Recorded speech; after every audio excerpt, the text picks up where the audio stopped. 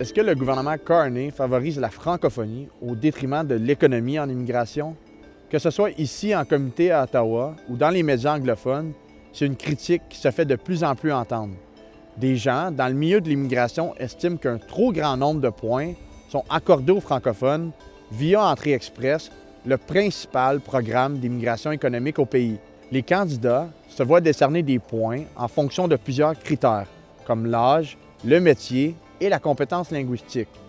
Les critiques jugent que des immigrants économiques qualifiés, mais non francophones, sont écartés au profit de ceux parlant français, mais moins qualifiés. Et dans les dernières années, Ottawa a grandement augmenté le nombre d'immigrants francophones en utilisant Entrée Express. Mais récemment, la ministre de l'Immigration, Léna Diab, a fermé la porte à effectuer des changements, soutenant que c'est le programme qui est le plus utilisé par la population francophone. Cap sur la crise du logement qui semble loin de se résorber en Ontario. Le Bureau de la responsabilité financière vient de publier son rapport pour la fin de 2025. Alors au dernier trimestre, les mises en chantier ont chuté de près de 11%. Mais c'est le bilan annuel qui frappe le plus. Avec seulement 65 400 nouvelles unités l'an dernier, l'Ontario enregistre son pire score depuis 2014. On est loin des cibles ambitieuses que le gouvernement Ford s'était fixées, avec la construction de 1,5 million de maisons.